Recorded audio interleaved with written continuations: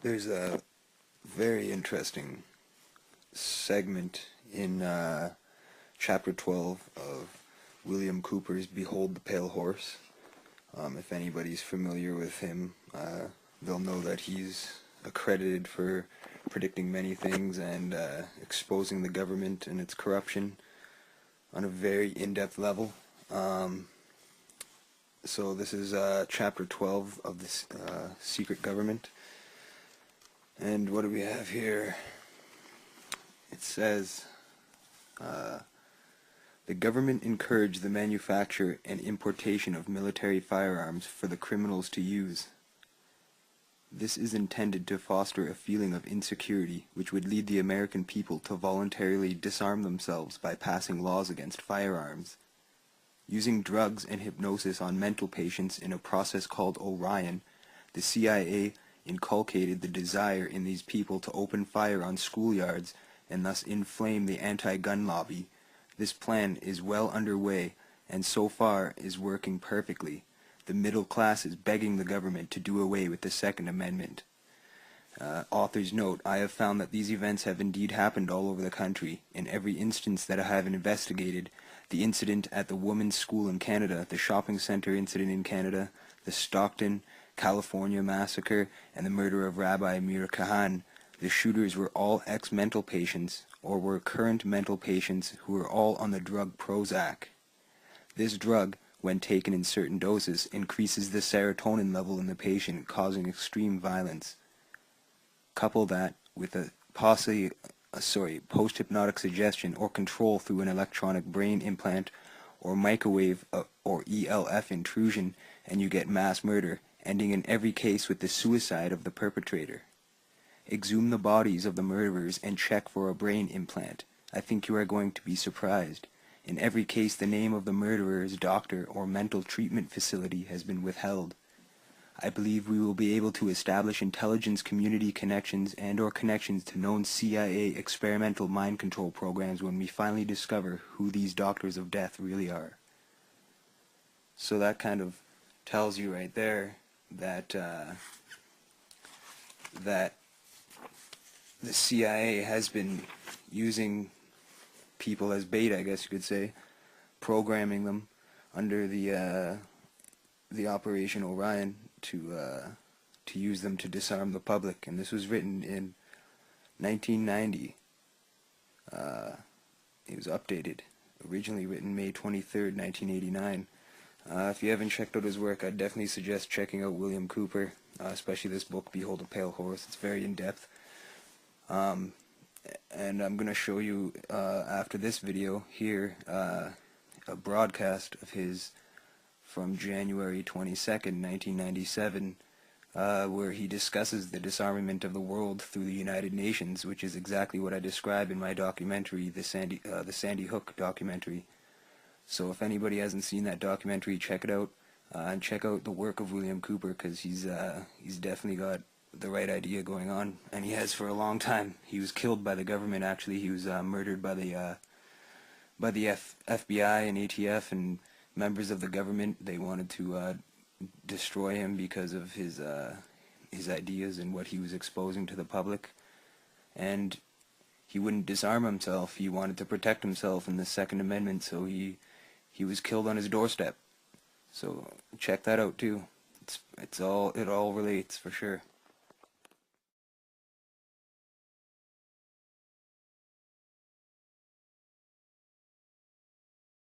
Welcome back to the hour of the time, ladies and gentlemen. I'm William Cooper, and what I'm giving you today is an awful lot of documentation and absolute proof that is irrefutable. All you have to do is don't believe me because I say it.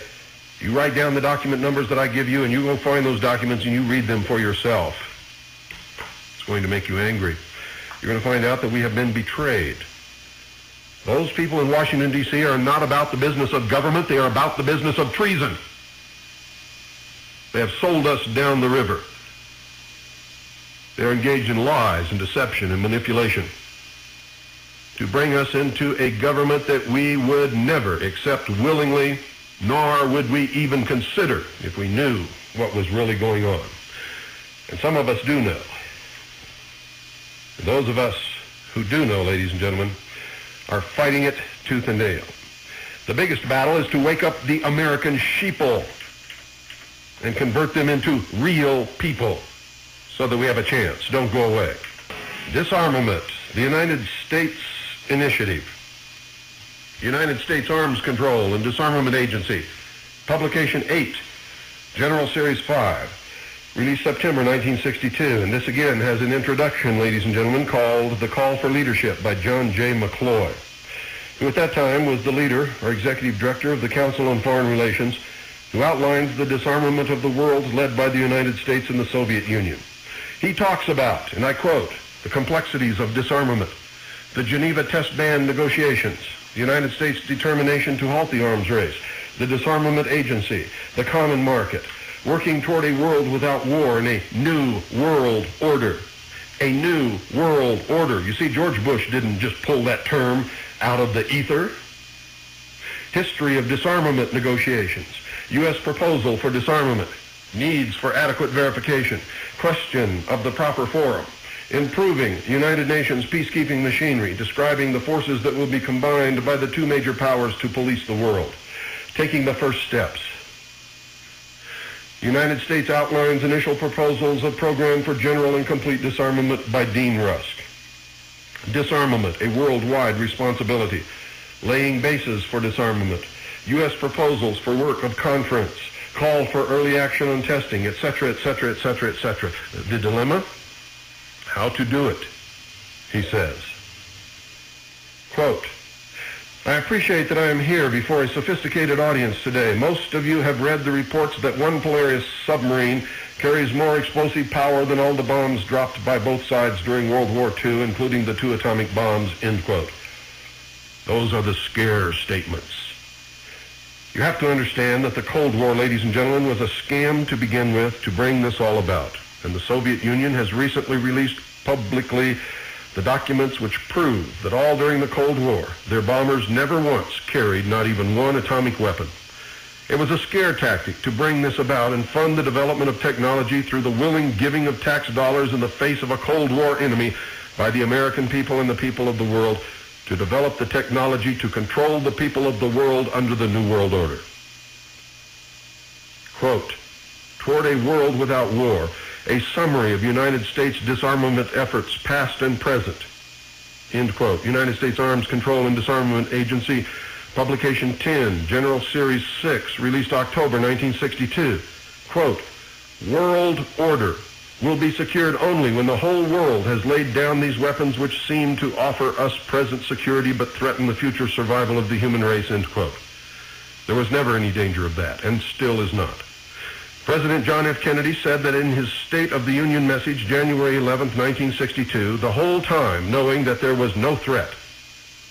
Their intercontinental ballistic missiles never were a threat to the United States of America. The Soviet Union never even had the capability of manufacturing one single computer chip, ladies and gentlemen, or even a transistor. It was beyond their capability. The American Journal of International Law, Volume 56, 1962, published by the American Society of International Law. Publication Office, Lancaster Press, Incorporated, Lancaster, Pennsylvania. Executive and Editorial Office, 2223 Massachusetts Avenue, Northwest, Washington, D.C. Copyright 1962. This is the American Journal of International Law, ladies and gentlemen, and in here it outlines the official documents. Disarmament.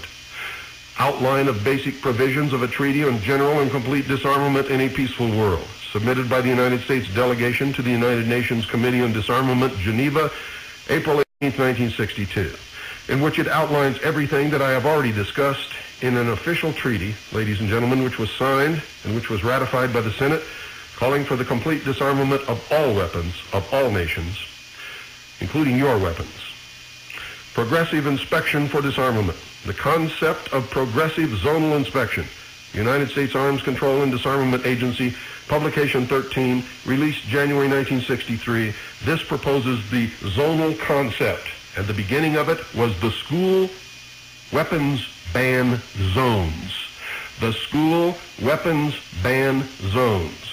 The second implementation of this was the recent law passed that says that the BATF can set up roadblocks anywhere they want to in places that they determine and so label as no-gun zones, stop every vehicle and every pedestrian and search them for weapons and seize any weapons that are found. That is in effect today. It goes on. The extent of inspection is related to amount of disarmament. The amount of assurance is related to degree of risk to parties to the treaty. Principles of disarmament, treaty outline. 1, by stages within specified limits. 2, balanced. No party can gain a military advantage. No party can suffer a loss of security. 3, verified during and after it occurs. The extent of verification is to be related to the amount of disarmament and the degree of risks involved. Verification of both arms reduction and arms level. 4, accompanied by progressive strengthening of the United Nations. Accompanied by progressive strengthening of the United Nations. Carried out in each, this is number 5, carried out in each successive stage after the decision that all measures in preceding stage will have been accomplished and verified. All arrangements for the next stage are ready to operate. Objects and activities to be verified during disarmament. Number 1, destruction of armaments. 2, conversion of armaments to peaceful uses. 3, reduction of armed forces. 4, halting or limiting of declared production, testing, and other specified activities. 5, agreed levels of armaments and armed forces. 6, absence of undeclared production, testing, and other specified activities which are subject to termination or limitation. Now remember, ladies and gentlemen, we are a vassal state of the United Nations by treaty and by passage of the United Nations Participation Act. This has been admitted in law. It has been admitted by a Supreme Court judge who has stated emphatically that whenever a judge is deciding anything that has to do with the Constitution, he must have on his desk a copy of the Constitution for the United States of America and a copy of the Charter of the United Nations. When the two disagree, the United Nations Charter will prevail. Don't believe it? Get off your butts and start digging, because it's true. Disarmament, they say, is to be balanced, verified under the progressive zonal inspection plan. Division of national territories into zones. The first division in the United States of America has been gun bans in school zones. That's what regional government is all about. Declaration to the International Disarmament Organization of total level of armaments, forces, and specified types of activities subject to verification in each zone. Selection of zones for inspection. Declaration to the International Disarmament Organization of the exact locations of armaments, forces, and specified types of activities which are within the zone or zones selected for inspection in that step. Arrangements to assure against undeclared movements of the objects of verification. Aerial and mobile ground inspection of objects of verification within the zone selected. Once a zone has been selected and inspected, it remains open for further inspection while verification is being extended to additional zones. That's number 7. Number 8, when the first zones have been inspected in accordance with an agreed time schedule, arms levels would again be declared as in 2. Then the next zone or zones would be selected and inspected as in 4 through 7. I expect, ladies and gentlemen, that the next zones will be national parks and forests, and followed closely by land under the auspices of the Bureau of Land Management, and so on and so on. By the end of the final stage, when all disarmament measures have been completed, inspection will have been extended to all zones in the territories of the parties to the treaty. Disarmament is to be carried out within definite time limits by stages, and each stage is divided into 3 steps. Selection of zones may be 1, by the International Disarmament Organization, 2, by the non-host Western or Soviet bloc, 3, by random choice, or 4, some combination of the above. The break of the Soviet Union occurred, ladies and gentlemen, the breakup, to fool the American people into accepting disarmament, not understand really what this is all about. You see, these people who run the world understand sheeple better than you would ever believe. And you better quit being sheeple right this moment. You'd better pull the wool out from over your eyes, stop being hoodwinked, take off that fur coat, stand up on your own 2 feet, stop buying. Join a militia. If you can't find one, form one. Get ready to fight for your freedoms or lose them all without a whimper. If you're not ready to fight, I don't want to hear a whimper out of anybody. Get a book entitled Disarmament Proposals, published in 1964. The author is Sohn, S-O-H-N. Disarmament Proposals, 1964, Sohn. It outlines the entire plan, including the disarmament of the individual American common people. Arms Control and National Security, second edition, United States Arms Control and Disarmament Agency, Washington, D.C., 20451. And Why Should It Work Now If It Failed Before? Arms Control and National Security, second edition, published by the United States Arms Control and Disarmament Agency, Washington, D.C., 20451. Now, ladies and gentlemen, listen very carefully. I'm going fast, I know that, because I have to cover an awful lot of material in a very short period of time, and this is the only way to do it. As everyone knows, I'm quoting directly from Why Should It Work Now If It Failed Before? Arms Control and National Security. Quote, as everyone knows, most attempts at disarmament throughout history have ended in failure. One might wonder, therefore, why any present or future attempts, even at partial disarmament, should be any more successful. After all, the political organization or disorganization of the world remains essentially as it has been in past centuries. Despite the existence of the United Nations, power remains polarized at the level of the nation state. End quote. So understand, folks, that this is not about prevention of war. It's about establishing a world government. It says, and I quote, there is a new factor in the picture, which in the end may outweigh all the others. It is technology, end quote. Technology. Quote, even as it has introduced new problems, technology has also brought an unprecedented promise of solutions. In the first place, it has brought an incentive for arms control and disarmament agreements, which historically neither common sense nor statesmanship has ever been sufficient to provide. In the second place, it is equipping us with advanced means of surveillance, thus making politically acceptable agreements which earlier would have not been possible. The 1963 Limited Test Ban Treaty, which prohibits nuclear tests in the atmosphere, underwater, and in outer space, is a case in point. This treaty was made necessary by technology. It also was made possible by technology. End quote. It talks about a new approach to security using this technology. It also talks about, ladies and gentlemen, a complete definition of the term arms control, and that would fill a page. And even then, not everyone would be satisfied. For practical purposes, however, arms control might be summed up as efforts to reduce the likelihood of war and to limit its effects if it occurs. It thus covers a broad spectrum of possible measures. And listen to this, quote, history and advancing technology have combined to make arms control a highly complex subject, calling for the concerted efforts of military men, diplomats, physical and social scientists, jurists, and others. In this very same report on page 18, and remember, folks, this was published in 1970 under Open Skies, which, by the way, has been passed and is in effect. It's the Open Skies Treaty. Quote, this new approach was marked by President Eisenhower's Open Skies Plan in 1955, which called for reciprocal aerial inspection of the United States and the Soviet Union and the exchange of military blueprints by the two countries. This plan did not meet with acceptance by the Soviets, who said that such aerial surveillance should not be permitted until the last stage of a comprehensive disarmament process. It has been approved.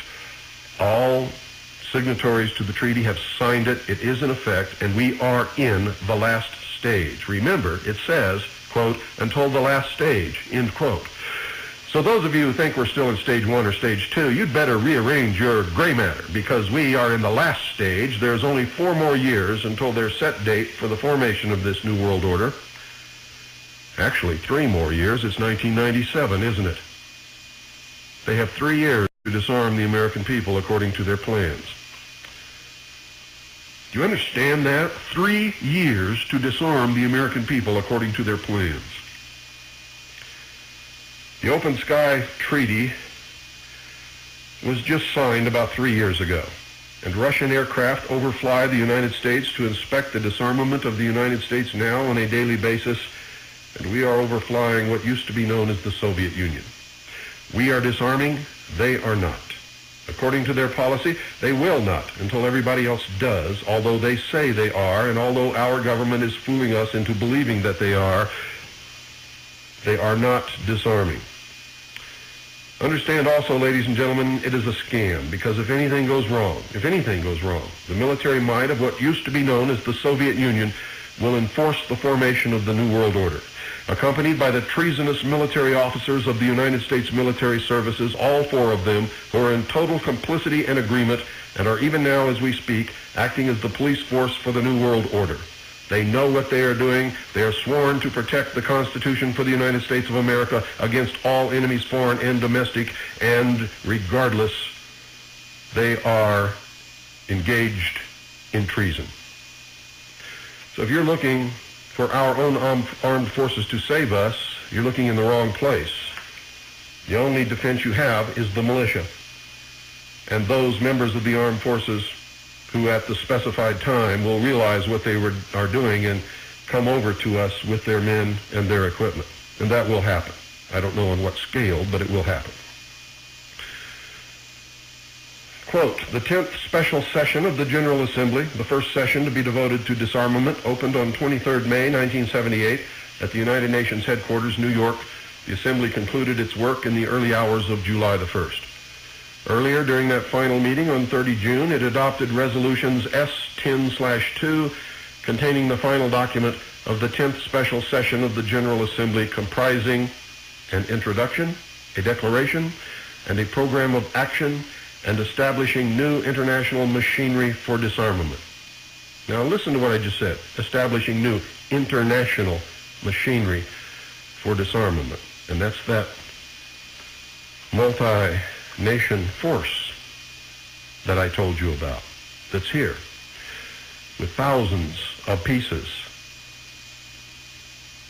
of Russian armament, armored personnel carriers, tanks, decontamination vehicles, which means that they may even use biological or chemical warfare upon us. On page 22, it also decided to establish a program of fellowships on disarmament. Quote, implementation of the priorities mentioned in the program should lead to general and complete disarmament under effective international control, the Assembly asserted, end quote. And, quote, the Committee on Disarmament was to undertake the elaboration of a comprehensive program of disarmament in order to ensure that the goal of general and complete disarmament became a reality in a world in which the new international economic order was strengthened. Let me say that again. The new international economic order was strengthened. That's a buzzword for the New World Order. And you're still listening to Rush Limbaugh. You think he's telling you the truth. You better wake up. He's a detractor. He's a scam. He's a shill for the New World Order. Quote, necessary measures should be taken to maintain international peace and security, including the obligation of states to place at the disposal of the United Nations agreed manpower for an international peace force equipped with agreed types of armaments to ensure that the United Nations was able to deter or suppress any threat or use of arms in violation of its purposes and principles. You see, they're not talking about treaties that we made. They're talking about the United Nations as a world government. That's what this is all about. Quote, general and complete disarmament under strict and effective international control should permit states to have at their disposal only those non-nuclear forces, armaments, and facilities agreed to be necessary for internal order, end quote. No New World Order? Rockefeller's not involved. The Trilateral Commission is not involved. The Council on Foreign Relations is not involved. Newt Gingrich is not involved. Bob Dole's not involved. Bill Clinton is not involved. He's just a nice guy with a wife that has a big mouth or something. They're all involved, or they wouldn't be there. They admit it in their own publications. This is the final document.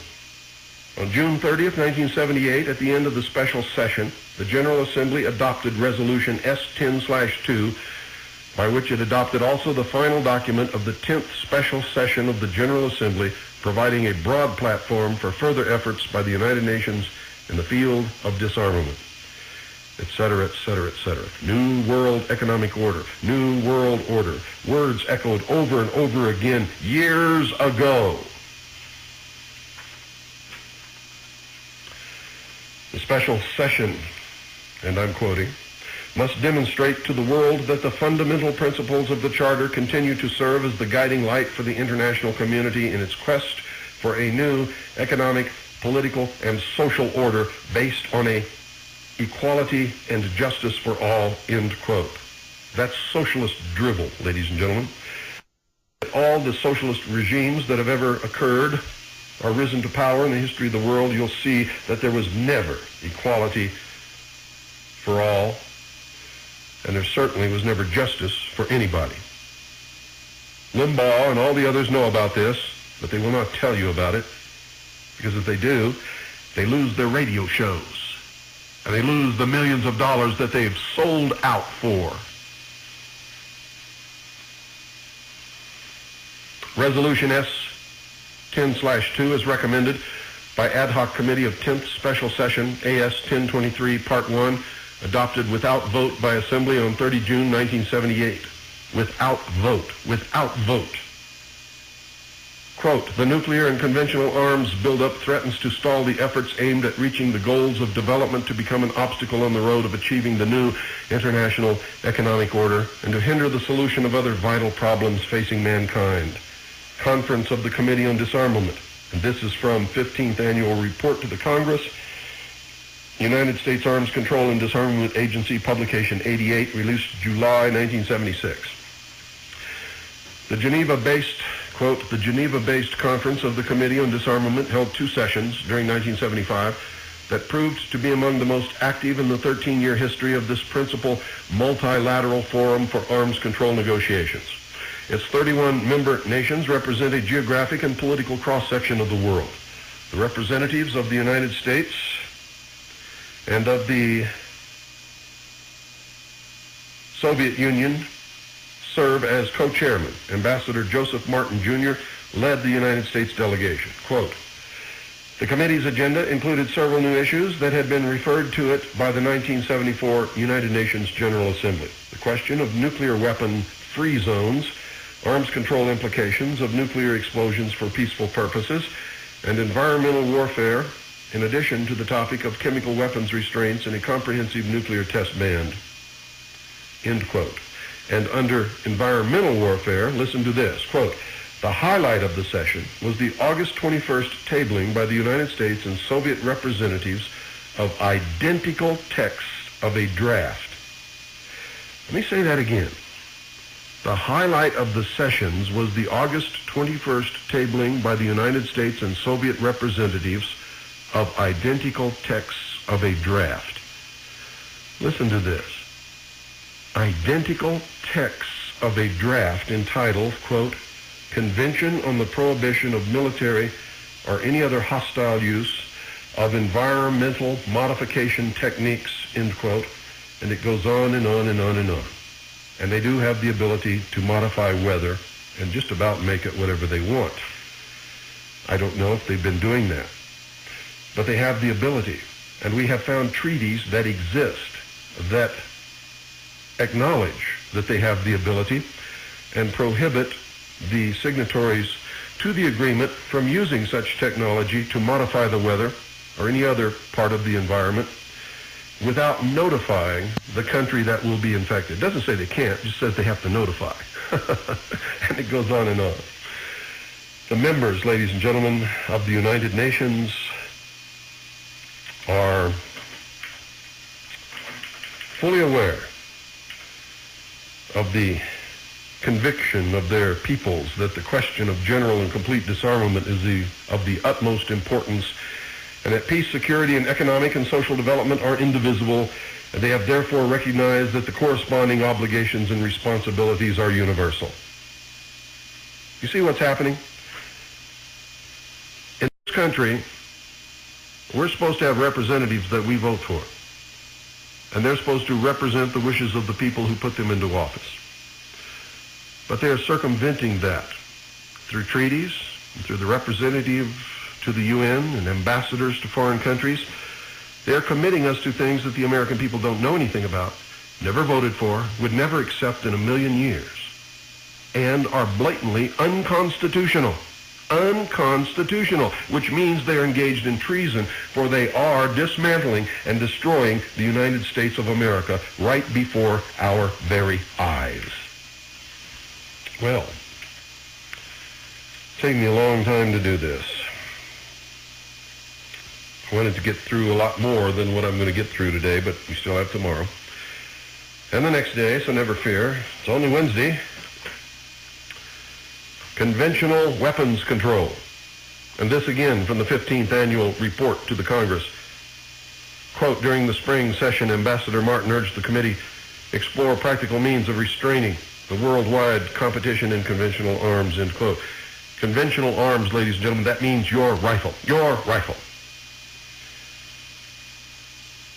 Quote, in addition to reiterating the United States' willingness to assist in the establishment of conventional arms control arrangements on a regional basis, Ambassador Martin set forth for the committee's consideration principles applicable worldwide to the acquisition and transfer of conventional arms.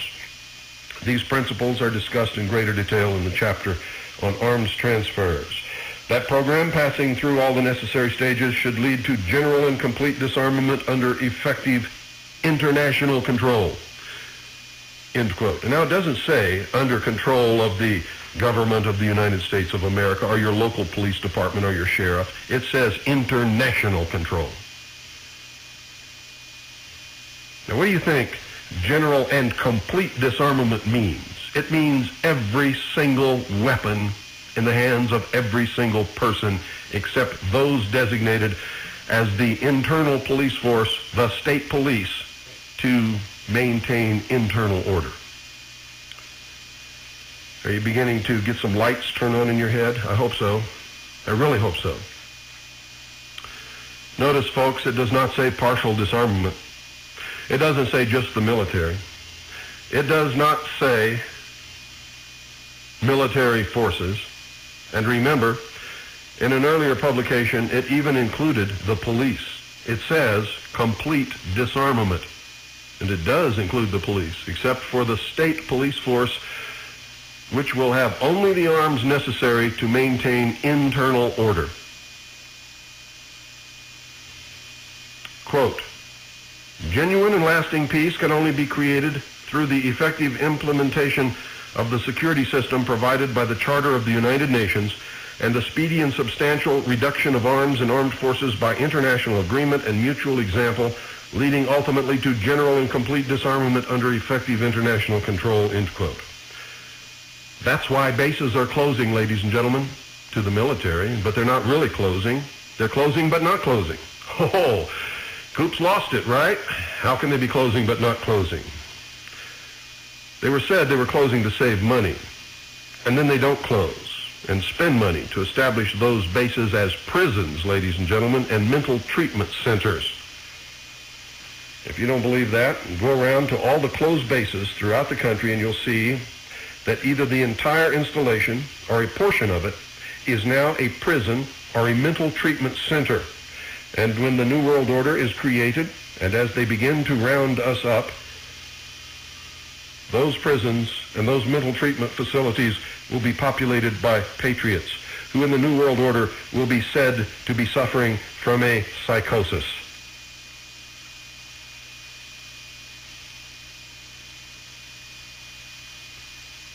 You see, will be considered to be primitives, Klingons, if you will.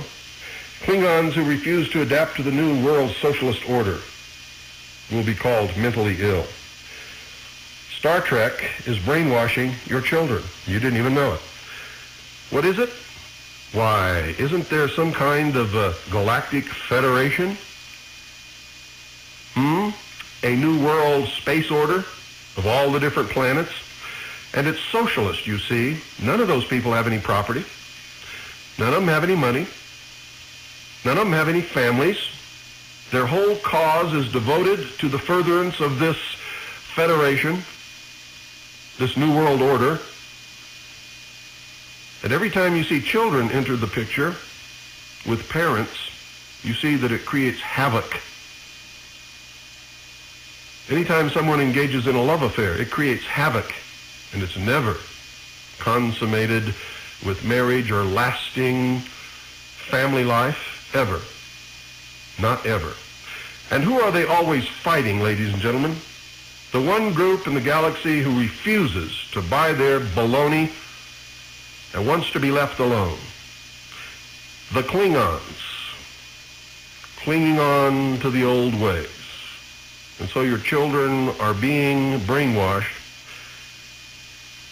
that there's nothing in the past that's worth anything.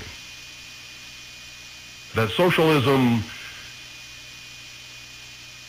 is all there is. If you don't believe me, take your blinders off, get some old episodes of Star Trek, and sit down and start watching it with your brain. And there's a lot of others. It's not the only one.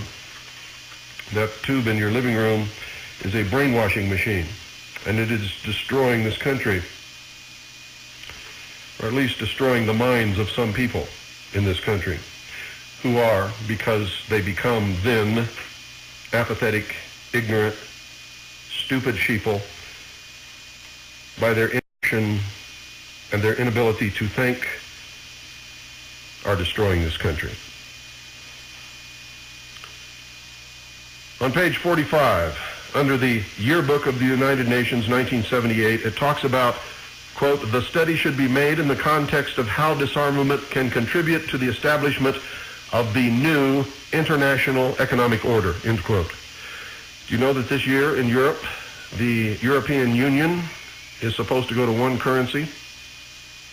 That will be the first cemented world state, if it happens. But there are now countries in Europe who are having second thoughts. Some of them listen to this broadcast and others, and they're telling the European Union no. We'll see what happens. I don't have a crystal ball.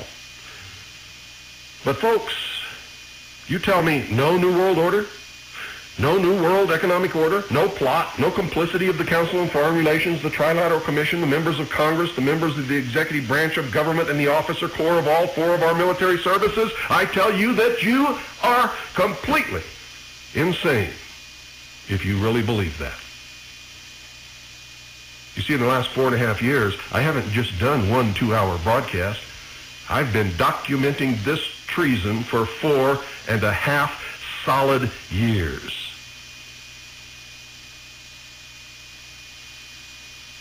Anyone who tells you that there's no new world order, no new world economic order, no plot, no conspiracy, no complicity of the Council on Foreign Relations, the Trilateral Commission, the members of Congress, the members of the executive branch of government, including the President and his cabinet, and the highest-ranking military officers of all four of our military services, is a liar.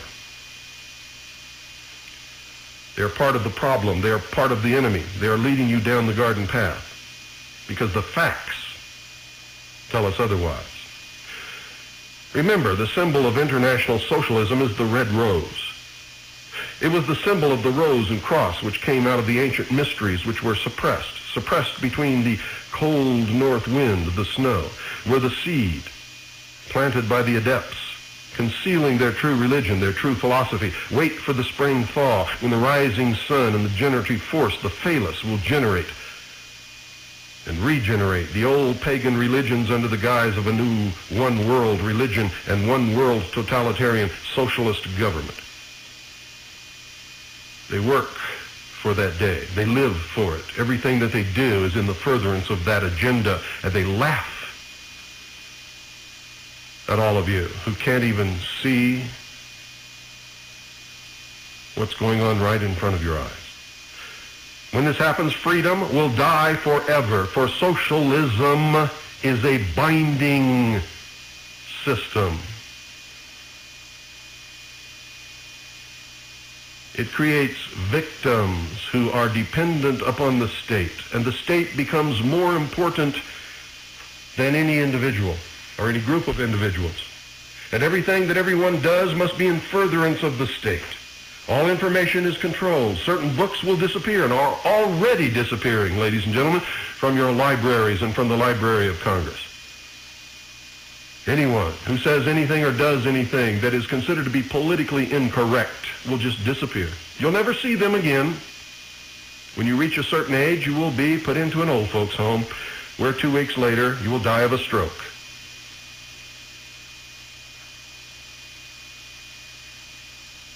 And the Emperor's circus has already returned.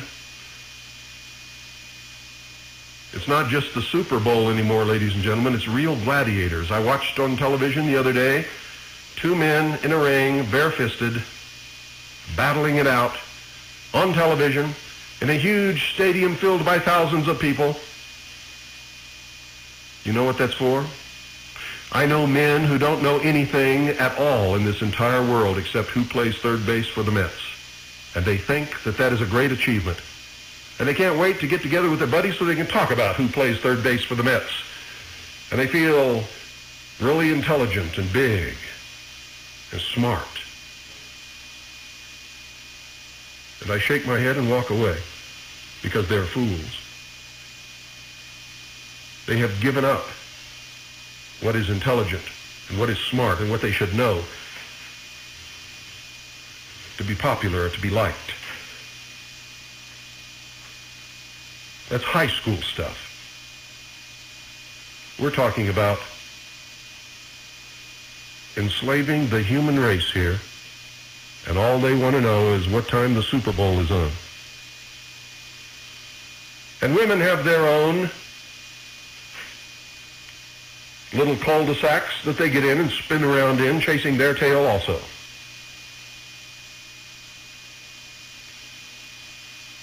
And they all know that something is terribly wrong, and they all talk about that. But they don't really want to know what's really wrong, and they sure as hell don't want to have any responsibility for fixing it. For that requires that they stick their neck out and take risk, and that they get on somebody's list, and that maybe they end up in prison or dead. Just like every person who's ever fought for liberty and freedom in the history of this country and in the history of the world,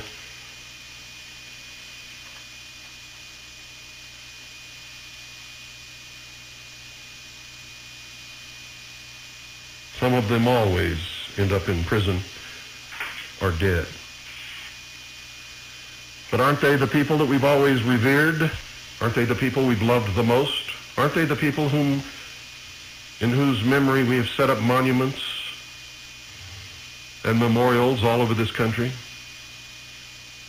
Aren't they the people we hold up to our children as examples of heroes who led the proper life and did the proper thing? Why is it, ladies and gentlemen, that we will very gladly slap our children on the butts and send them off to die in some God-forsaken desert or some little pukey island down in the Caribbean, which has nothing to do with our country or freedom or the Constitution for the United States of America? To see our young men, helicopter pilots, dead, being drugged naked through the streets of Somalia.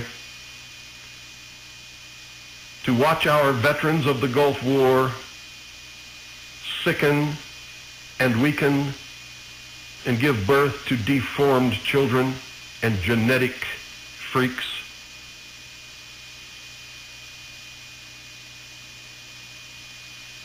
Why is it that we do that? Why is it that we pat them on their butts to send them off to their fates in these God-forsaken places where those people who live there don't even care about anything, or they wouldn't be in the situations they're in? Why is that, ladies and gentlemen? Why do we do that and call them patriots and tell them that they're serving their country, and if they die, we go to their funeral, we sit there, we shed a few tears, and we accept the folded flag, and we take it back and put it on our mantle and display it as if it's some kind of great achievement? And those same people who pat their children on the butts and send them off to these God-forsaken places are cowards, are afraid to stand up in their own country and really take a risk and fight for freedom and for the Constitution for the United States of America. Why is that?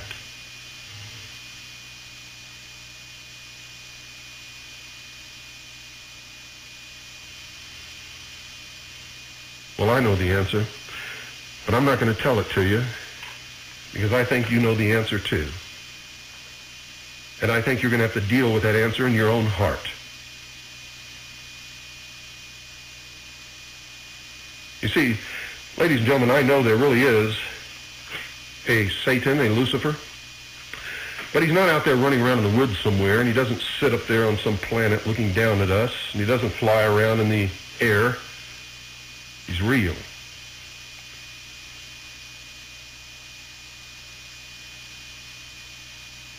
And I can tell you where he can be found all the time, every day. You see, you take human beings out of the picture, there is no Satan, there is no Lucifer, there is no evil. There's just the perfect machinations and workings of nature. The natural laws prevail. But you put one human being in the picture, and he will bring Satan with him. Put one woman in the picture, she will bring Satan with her. For Satan exists in the human heart and in nowhere else. That's where you will find him all the time, every time. If you want to get rid of Satan, you have to get rid of humanity. If you really believe that imperfect men can rule over imperfect men without their power being checked and without being made responsible for their actions, and if you think that peoples will not be enslaved without the means to protect and defend themselves, which is arms, guns, then you're a fool and you don't know anything about history. But I'm telling you now, you had better learn, because we are on the brink of destruction. President Clinton says militias are un-American. In all the wars of the United States, I'm just going to give you a few. The Revolutionary War, fought from April 19th, 1775 to April 11th, 1783. There were 130,711 regular troops, 164,080 militia. In the Creek Indian War, I won't give you the dates, I'll just give you the numbers. There were 600 regulars, 13,000 militia. War of 1812 with Great Britain, 85,000 regulars, 471,000 militia. The Seminole War, 1,000 regulars, 6,900 militia. The Black Hawk Indian War, 1,000 regulars, 5,000 militia. The Cherokee disturbance, 9,000 militia, no regulars. The Creek Indian War, 935 regulars, 12,000 militia. The Florida Indian War, 11,000 regulars, 29,000 militia. The Aroostook disturbance, 1,500 militia only. The war with Mexico, listen carefully, in the war with Mexico, fought April 24th, 1846 to July 4th, 1848, 30,954 regular troops, 73,776 militia.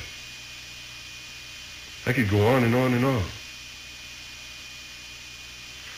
And this is taken, so that you can find it also, ladies and gentlemen, taken from a dictionary printed in 1939, copyright 1939 by the John C. Winston Company, Dictionary of the English Language, page 1142.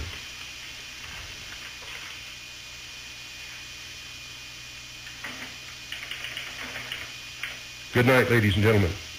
Don't miss tomorrow's episode of The Hour of the Time.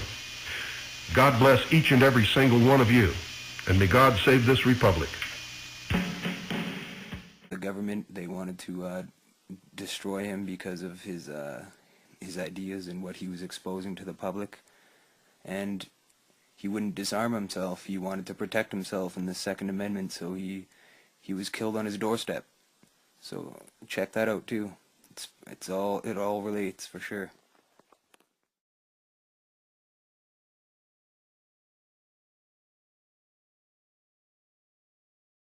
Welcome back to The Hour of the Time, ladies and gentlemen. I'm William Cooper, and what I'm giving you today is an awful lot of documentation and absolute proof that is irrefutable. All you have to do is don't believe me because I say it.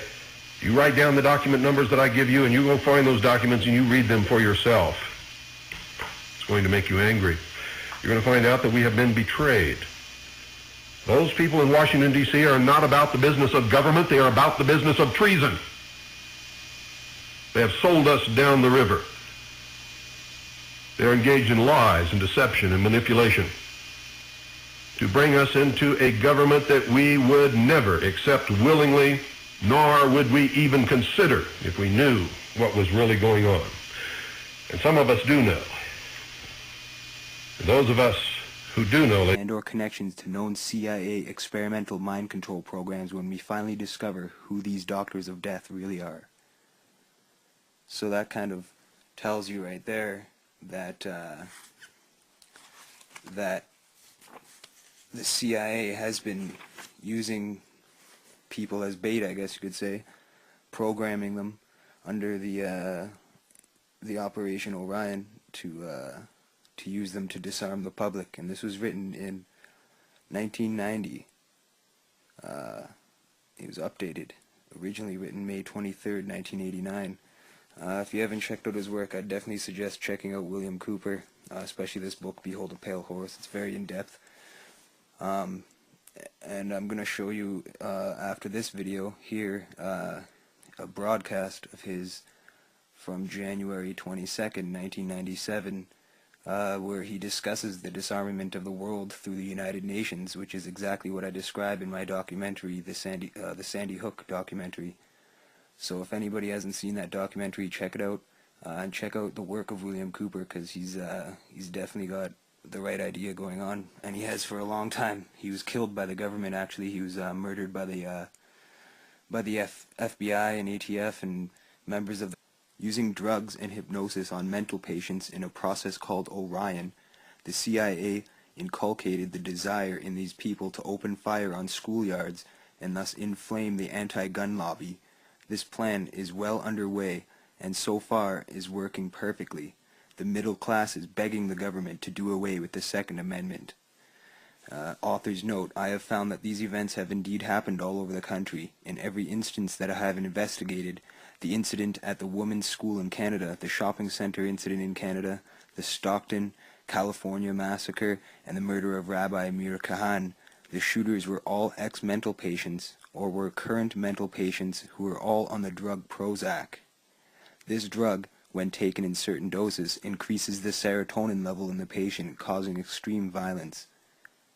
Couple that with a post-hypnotic suggestion or control through an electronic brain implant or microwave or ELF intrusion, and you get mass murder, ending in every case with the suicide of the perpetrator.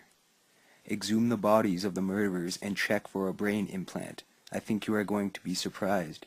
In every case, the name of the murderer's doctor or mental treatment facility has been withheld. I believe we will be able to establish intelligence community connections. Ladies and gentlemen, are fighting it tooth and nail. The biggest battle is to wake up the American sheeple and convert them into real people so that we have a chance. Don't go away. Disarmament, the United States Initiative, United States Arms Control and Disarmament Agency, Publication 8, General Series 5, released September 1962, and this again has an introduction, ladies and gentlemen, called The Call for Leadership by John J. McCloy, who at that time was the leader or executive director of the Council on Foreign Relations, who outlines the disarmament of the world led by the United States and the Soviet Union. He talks about, and I quote, the complexities of disarmament, the Geneva Test Ban negotiations, the United States determination to halt the arms race, the Disarmament Agency, the common market, working toward a world without war and a new world order. A new world order. You see, George Bush didn't just pull that term out of the ether. History of disarmament negotiations, U.S. proposal for disarmament, needs for adequate verification, question of the proper forum, improving United Nations peacekeeping machinery, describing the forces that will be combined by the two major powers to police the world, taking the first steps,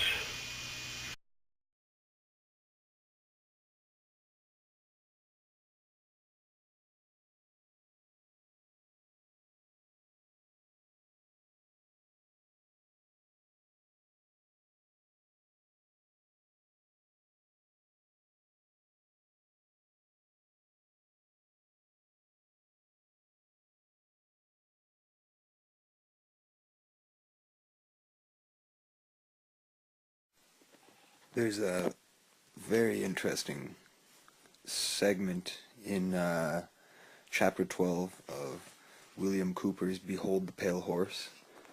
If anybody's familiar with him, they'll know that he's accredited for predicting many things and exposing the government and its corruption on a very in-depth level. So this is Chapter 12 of this Secret Government. And what do we have here? It says, the government encouraged the manufacture and importation of military firearms for the criminals to use.